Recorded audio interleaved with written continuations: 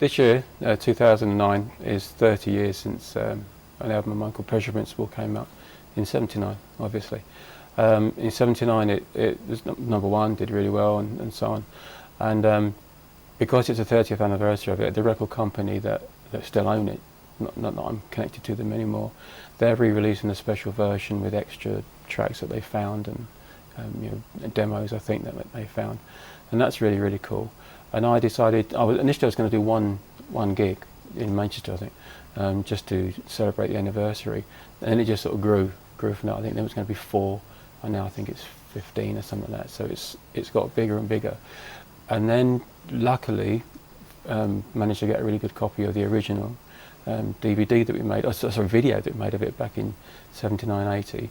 And so that's been re-released with it as well. So it's ended up being a really nice and quite comprehensive package. I've got some fairly special new lights that we're going to bring in to again make it as special as we can. So all in all, it's a really good thing. I'm not actually a great fan of nostalgia and all that, so I don't really get involved in it very often. But 30 years is a particularly significant anniversary, I think. And since the album first came out, even though it did very well then, since it's been around for such a long time, it seems to have built up a much greater reputation over the years. And the reviews now of this latest version of it have been fantastic. It's like 9 out of 10s and 5 out of 5s. It's much better than when it first came out. We didn't get that great reviews actually, as far as the media were concerned. So it's good. And a lot of people now talk about the album as being influential on them. Nine Inch Nails and so on. Even now, I think at the moment there are 4 different licenses out for people taking samples from it in this month alone. One of them is Chicane, is now a single actually, I think. It should hopefully do quite well in the chart.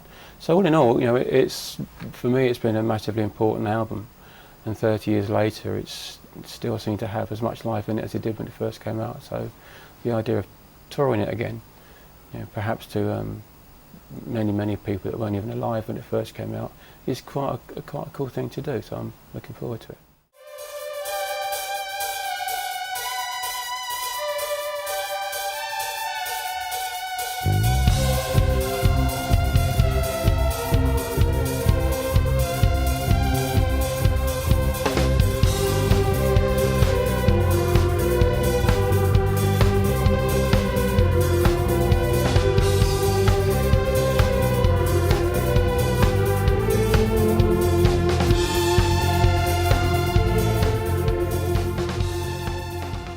So Chris, can you remember the last time you went on tour with Gary?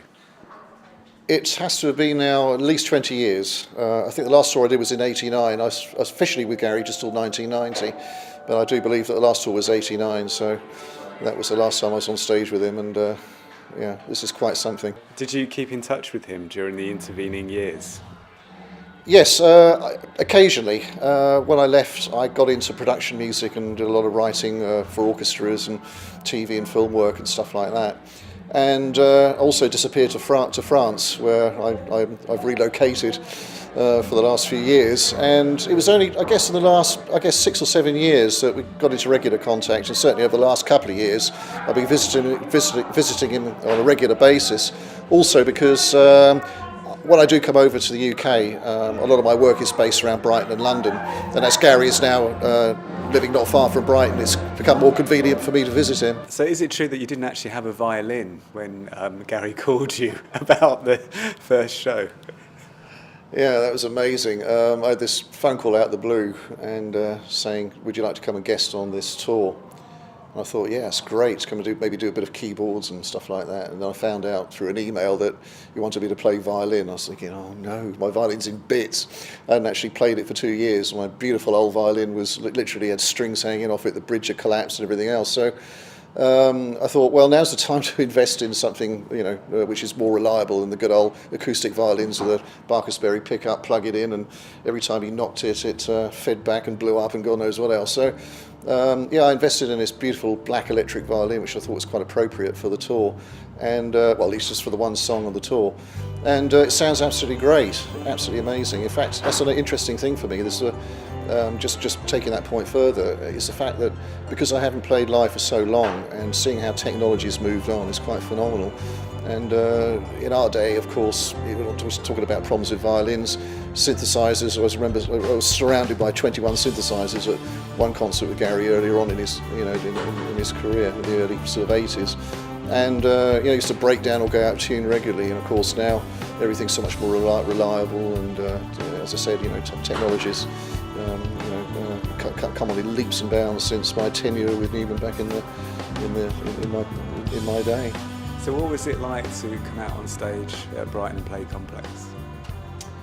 It was absolutely phenomenal. Better than I thought. I thought I'd be very stressed about it because I have been performing, but just very infrequently, just odd shows here and there. But nothing as sort of big as this because my career has been very focused on composition over the last few years. So the whole live thing had I kind of let drift. But having said that, I mean, I was quite amazed how relaxed I was about going on stage, and what a great reception I'd received as well from the crowd, which obviously helped. It didn't help that my poor old violin shoulder rest collapsed on me just as I was about to play the first note. So, there's like a panic ensued, but luckily we got over that one. And I'm fingers crossed tonight. I've got a new shoulder rest, so the show should be pretty good. Did you feel a bit sad as the tour kind of rolled off to its next destination? Oh, good grief, yeah, I was absolutely fired up. After coming off stage, I just wanted to get back on and grab a synthesizer or plug my violin, turn the volume off and mime, or do anything just to get back on stage. It was absolutely fantastic. I really, got a incredible buzz out of it. And yes, it was odd. I was thinking that it would be nice just to turn up and do the one song, but I didn't realise how much I actually missed all this. So, it would have been phenomenal to have done the whole tour, but obviously it's logistically not possible as I'm very busy, and Gary's got his band, who are an extremely good band and very nice people, and and obviously it's the band he's going to take into the future with him. I just hope I could be involved in some way, perhaps doing some bit of violin here and there, but as for live stuff, well, it's probably not going to be practical. Who knows? You never say never in the future. You never know what's going to happen. Because it was interesting watching you with the band and kind of swapping anecdotes and over, as one of the original Gary NUMAN band members, talking to the modern bands. Yeah, that's true. Of course, you forget that these guys are. I didn't know any of them apart from Gary. The whole band were new to me. I mean, in my day, it was Russell on the guitar and Cedric on drums and Andy on bass, and the keyboard players used to come and go. But John Webb was very much a part of it then. And it's a totally new set of musicians, and they're great. They're really good, great players, really nice people, and you can see it's got a very tight unit. They're a good bunch, good solid bunch. They know how to, obviously they've got the experience of playing with him over the last few years, and that really shows. It's very, very close, which impressed me a lot, and it's very, very nice because they kind of instantly welcomed me into that unit, which was very nice, because, as I said, I mean, there was definitely a break between the time I left and these guys had joined. From what I could gather, Richard's probably the oldest drummer. He's the oldest member of the band now. He's been with, I think he said to me, he's been with Gary for the last 16 years. But even that, it was, I left 20 years ago, so, I just didn't know any of them. Can you remember originally recording Complex, that first session?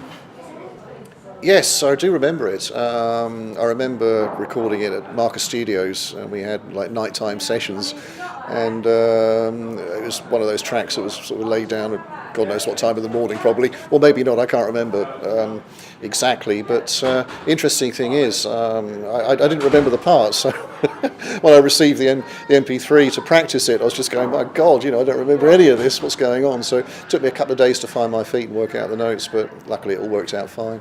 Is it true you came up with the original viola part? Yes, yes, it was to a degree. What happened was it was a backing track with vocals on, and I think, I mean, I might have got this wrong, but maybe this wasn't just backtracking. This wasn't one of the sort of 4 a.m. takes. Gary, I think, had to go off to do something, an interview or something like that, and the track was just left there. And I just went with the engineer and said, "Well, let me just try putting a string arrangement down on this and see what happens." And And I did, and Gary came back and just loved it. He just thought it worked really, really well. But I'm not claiming that's my song or it's a co-written song. I just literally put an arrangement on it. That's all. The song was already written. But no, it worked out well. It was a very nice arrangement, very nice, intricate little string parts. And I noticed that Dave, the new keyboard player, has kind of, arranged them in such a way, I was talking to him about it, that he's done a sort of, I wouldn't say slightly different arrangement. He's done a very nice spread out arrangement of it, and I was a bit worried it wouldn't fit in, but it fits in really, really well. I was just talking to him about it now, and he's really pleased with what I'm doing, and it kind of blends, and the way the strings overlap, and which is always a nice thing. Otherwise, there's a tendency when you're doing string arrangements to make them very, very muddy, and this all works out very, very nicely. So good stuff. One last question: It's the last night of the tour, so what are you off to do after this? Well, I'm actually studying Chinese medicine, so I'll be shooting straight off from this venue to do my acupuncture course. But no, obviously I'm still very much involved in composing music. So I'm running in the middle of a project with Celtic Legend, which is a project I've been running for several years, and also continuing to write production music. And also, I would like to get into playing a little bit of violin, and I've talked to Gary and Aid about perhaps doing some stuff on in the future with them. That would be great, especially as I now have this lovely black violin.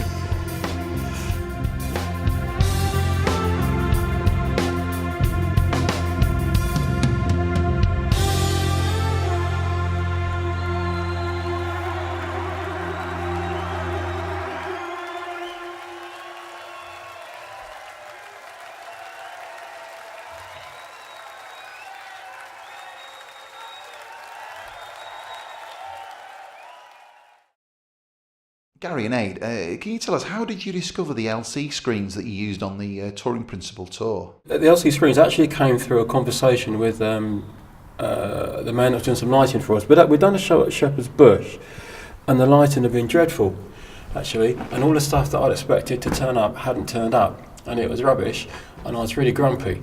And so I was having a conversation with the lighting people about how that happened, and what we could do to make sure it wouldn't happen in the future. And in the course of the conversation, we talked about what things there were that we could use, to make things look better in the future. And he said there are these new screens come out, these LC screens, and they do all these wonderful things. And nothing happened actually for about 6-7 months, something like that. I'm not sure. And then we started to talk about the Pleasure Principle tour. And in the meantime, Aid had found a thing called Colour Web, which also is an amazing bit of kit for lighting. And we were going to look at the LC screens, look at Colour Web, and see which one to use. And we sort of ran out of time, really.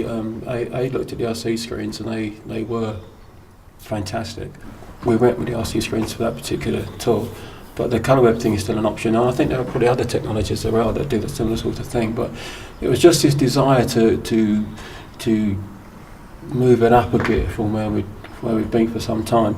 But I wonder if we'd never had that bad gig at Shepherd's Bush, if that conversation might not have happened, so we wouldn't even have known about them. I think it's because I was grumpy, people were throwing things out. We can do this, and we can do this, and so something good came out of it. So how did you choose the imagery for the LC screens and projector screens? And was the content for each song chosen specifically? Well, really this is more to do with Aid. Aid spent a lot of time researching and going through libraries and various places you can go to source this sort of stuff. And then we'd talk a lot about what the songs are about and what would work and what wouldn't. And I came up with a lot more stuff than we used, didn't we? Yeah, I mean, there were a lot of ideas for the meanings behind the songs and all the rest of it, so Gary would kind of give me a list, and because the lighting people are actually a mile away from where I live, I went up to see the screens, and we obviously the projector screen that we decided to use, I think it was actually the day before the tour started, wasn't it? I think that we were up there frantically until about midnight. Just choosing all these different programming, all the lighting, all the rest of it. So there was a big library of stuff that they had, and also the research that we'd done as well, and programmed each particular part for each song. The original intention actually wasn't to have it on every song. We was only going to have it maybe one every 3, one every 4, because I thought it would be overkill. It should be something that is used as an effect almost. You bring it in, but the trouble was, as soon as you didn't have them on, it just looked rubbish. You were pretty grumpy on that day as well. I was a bit grumpy, yeah. It's a lot of pressure, you know. You're trying to do something. You've talked about it, and the website's a nightmare for saying, "Oh, we're going to be doing this," and then you can't. Oh shit! You dropped yourself right in it. And we had, and the actual people that were showing us the technology, it wasn't quite as clued up as we thought. And so it's almost as if everybody was learning. Some people knew a bit more than others, and we're trying to, well, can you do this? And then some people say yes, and then somebody else will say no. Can it? It's nearly midnight, and we first gigs tomorrow. And that's really how it was. I think considering how much time we had to get it all done, it turned out amazingly well. Yeah, but it was all very last minute and very pressured. Yeah, and poor Martin, who actually did all the running of it, did such a brilliant job, because he had to learn from scratch how the whole thing worked. The computer, the programming, with me and him saying, why isn't it doing that, why isn't it doing that? And look after Rishi's drums at the same time as well. Yeah, because he does drum tech as well. So, and he just did brilliantly, and not even on the first night, the cues were spot on, and even with the technology being a little bit quirky at times, and not quite doing what it was supposed to do, it was good. And so I think huge credit to him actually. Definitely. For making it work as well as it did. Pretty good for an extra £2.50 a day. Not bad. Yeah. Why did you decide to use a projector screen on this particular tour? Was it something you've been wanting to do for a while? Well, I'd had the projector screen for quite a few years. I never really. I did try to use it once before, Replicas, actually. Couldn't get it to work. We were talking about doing it for replicas. Yeah, and just couldn't. I did a load of artwork for it, ready to be projected for replicas. Took it to the first gig. Didn't rehearse with it at all, and then on the actual day, just couldn't get it to work at all, which was my fault really. So didn't use it then, and just never really got it together. I had the idea to use it, but never really spent any time to put good content together. There's no point just showing old rubbish. The stuff that you show is good. The thing about projection, it seems to me, is it's one of those things that if you get it right, it looks brilliant, but it's incredibly easy to get it wrong and for it to look really, really naff. Unless you really think about it and really put the right stuff up there, you actually shoot yourself in the foot a bit with projection, where with normal lighting it doesn't really matter. It's really hard to make a mistake with normal lighting. But with projection, you can look really corny or really dated or just stupid really easily. And that kind of stopped me because I just never did take that time to get the right content. With Pressure Principle, although it was all a little bit last minute, we did have the content, and we did have some other people around us that were helping. I think that the planning of it was not last minute. It was the fact that we had to get the LCD screens over from Sweden or Denmark or something, but the projector screens were working with the LCD screen as well, so they had to sort of complement each other, didn't they? So that's kind of where the midnight job came in. Also, the LCD screens and the projection, they kind of have different qualities. The projection, the actual projector going onto that screen is very, very high quality imagery. The LCD screens are not, but they give you a very different kind of an effect. You can put exactly the same projection onto the LCD screens, and the lack of clarity actually gives you something different. It's hard to explain. It's easy if you can show people what you're talking about. But I think probably Haunted would be probably a really good example of that. Do you remember, because you had the burning cross thing in the middle, and then the actual close-up of the flames. If you'd have had it the other way around, it probably wouldn't have been anywhere near as effective as it was. As it turned out, the flames were incredible on the LC screens, And that's part of the rehearsing, wasn't it? Yeah, with the cross just complementing it in the middle. But in rehearsals, we were so close to the screens that you couldn't really see, so we had to keep walking back and then look at it through the iPhone, which brought the quality down a little bit. So it was actually more like it was going to be at the gig. I remember actually when we did Brighton Dome, and it was just in sound check, and it was the first time we'd actually seen it properly, So full size. I remember going right to the back of the auditorium with Gary and just looking at it, and it was I think I remember saying to you, it's like the old days, and it was just like, fuck, that just looks huge and massive, really, really impressive. Will you be using projector screens or this sort of new technology on future tours? As far as I'm concerned, the whole projection thing, be it a projector or these sorts of screens or other kinds of screens or colour web even, is definitely going to be there now for the future. I can't see going back to not having it. It makes such a difference, and there are so many things that you can do with it. And I think all we've really done at the moment is just taken a very sort of tentative first step to what can be done. I've already seen other people doing things with it that are amazing that I think we could learn a lot from. I think you want us to develop it more. Now that you know it works, you talk about Yeah, you can even, almost right at the very beginning when you're writing songs now, you can be thinking ahead to how you can project it, certain lyrics. Might even adapt the lyrics slightly because there are some things that would work better with projection. It's a big subject to trying to get down, but I think it's definitely there for the foreseeable future for us, and we'll expand as far as we can afford anyway, because it's not the cheapest thing in the world, but I think it gives a huge amount of additional visual impact to a show, and I just can't see how we could go back to not using it now.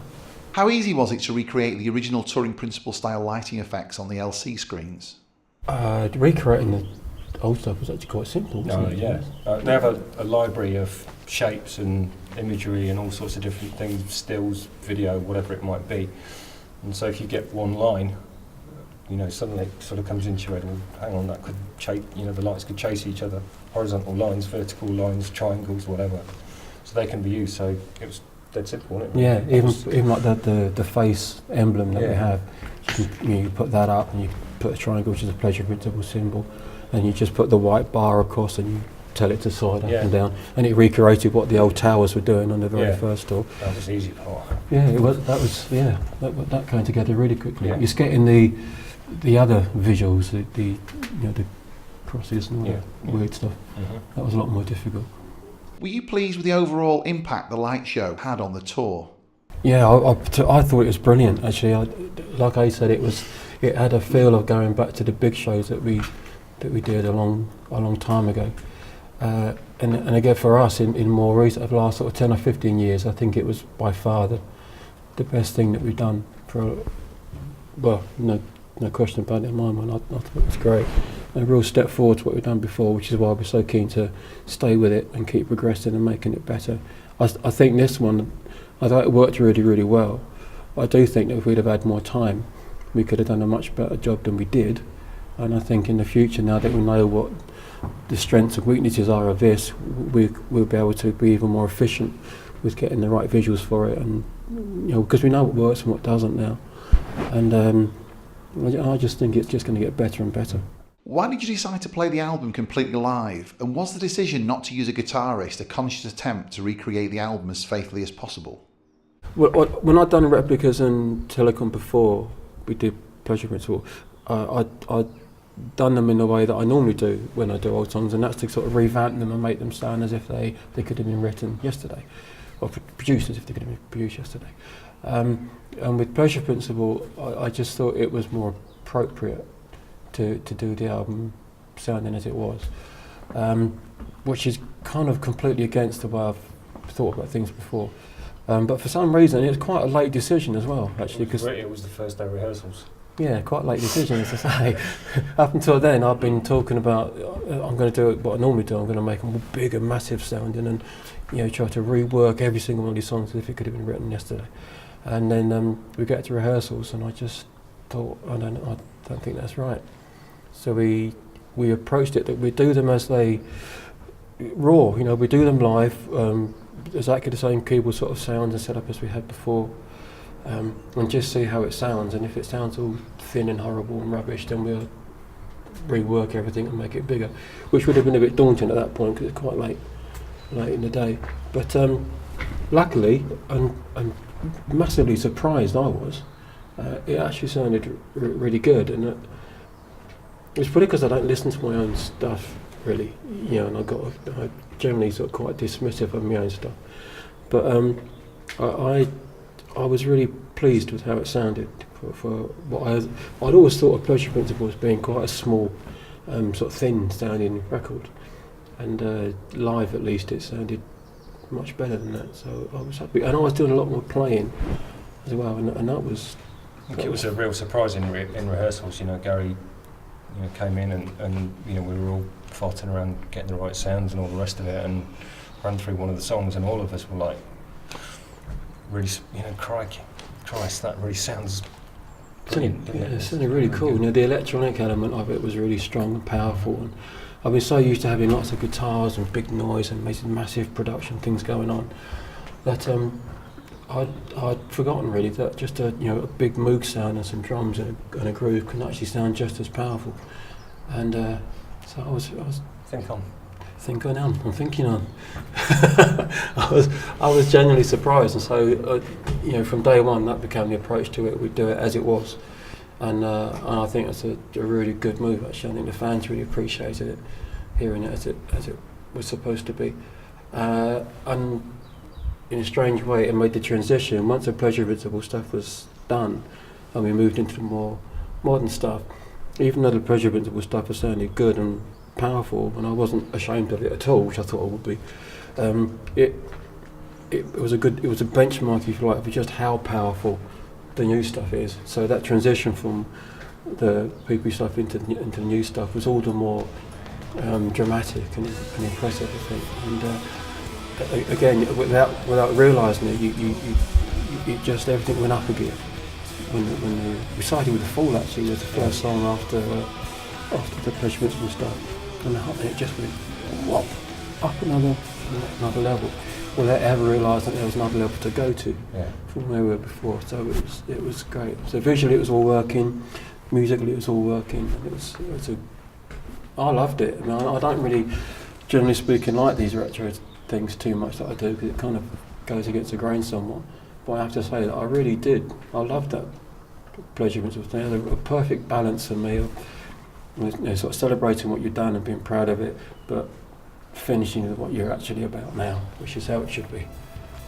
The keyboard sounds used on the tour seem very faithful to the original record.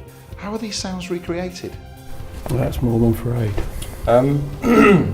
Well, I've met someone at the Nine Inch Nails show there too that Gary did. I forget, I think I'd gone outside for a smoke or something after sound check or something, and just happened to meet these two guys who introduced themselves to me. Forget their names, unfortunately, but they were just saying that they'd got these sounds for the Axis Virus TI, which is the keyboard that we use, and they were copies of the old Polymoog sounds that we used on the Pleasure Principle. So you kind of think, yeah, okay, whatever. And then a few weeks later, I got emailed a link to some stuff, and they were practically identical. I mean, the Voxy Minor sound from the Polymoog, and there were copies of the old Odyssey presets, and they were pretty accurate, even for metal and good, compensation, and they were really, really close to originals. And we'd actually originally thought, they're just going to sound weak, but actually, they actually sounded brilliant. So that's really how that came about. So we've now got a full bank of sounds on the TIs that, from if ever we need to use them again, we could just pull them up now. Very useful. Did you enjoy playing this tour any more or less than the previous Replicas and Telecon album tours? I like to play P tour more, far more. Replicas was good fun, but I had this nostalgia chip on my shoulder still about it, and felt like I was sort of going backwards a bit, really. So it was okay, but not really my thing. Telecon was all right, but again, I only did four shows, I think, for Telecon. The Pleasure Principle tour, proper tour, full length, loads of new stuff in it as well. It wasn't all retro. I liked the balance between the old and the new, and I did an awful lot of playing. I played on almost every song on the Pleasure Principle stuff, at least, which I hadn't done since I started. So a lot more enjoyable from a musician's point of view, because I don't normally play much though. Really enjoyed that. Plus we had the big light show and the whole thing going on. But most importantly, I think musically, as I said to you before, the transition from the Pleasure Principle to the new stuff just made everything work better I was really proud of Pleasure Principle stuff because I could hear how different it was. The structure of Pleasure Principle songs is quite unusual and isn't what I do anymore. And every night I was becoming more and more aware of this is really quite quirky and understanding how different it was for its day. And I never really appreciated that before, I don't think. But then realising also from a songwriting point of view how proud I was of the newer stuff and how much bigger it sounded and how much more accomplished it was from a production point of view and so on. Even, even from what Gary was just saying, even for me, songs like Metal and Me and practically every song on the Pleasure Principle is so unorthodox in arrangement, everything. It is really a totally unique record. It really is.